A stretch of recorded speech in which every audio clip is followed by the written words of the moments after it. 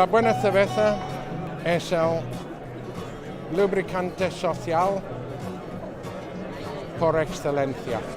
Craft beer is about people. Craft beer is about the culture. Craft beer is about exchange of ideas. Puedes decir que un hombre es lo que come, también es lo que bebe.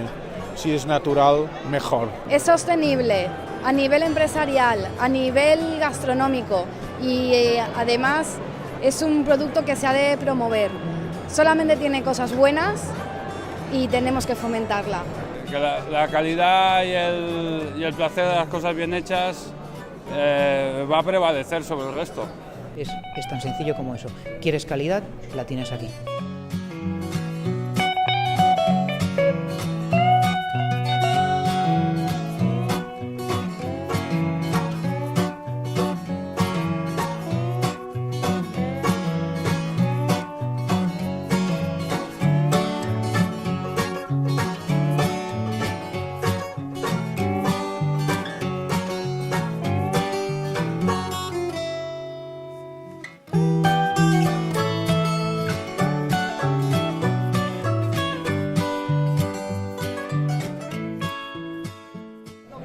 La cervesa natural així artesanal és com anar a la teva horta i agafar el teu tomàquet, que millor que el que planta un no hi ha res.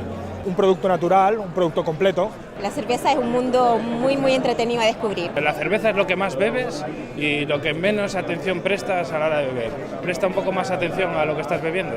Es cuando has probado la cerveza artesanal y no puedes beber otro tipo de cerveza.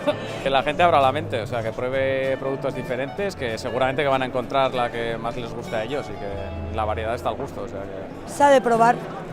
Es un camino de no retorno. I like it. La cerveza lo es todo. Me gusta la cerveza artesanal. Esto es lo que necesita este país, que empiecen a haber una cultura de cerveza artesana. Esto es lo mejor. Me gustan las cervezas. Disfrutemos de lo que tenemos ahora, que nos ha costado mucho llegar hasta aquí y hoy podemos estar contentos porque esto es el fruto del trabajo de mucha gente. Bienvenido a la biodiversidad de las cervezas. Bebe y disfruta.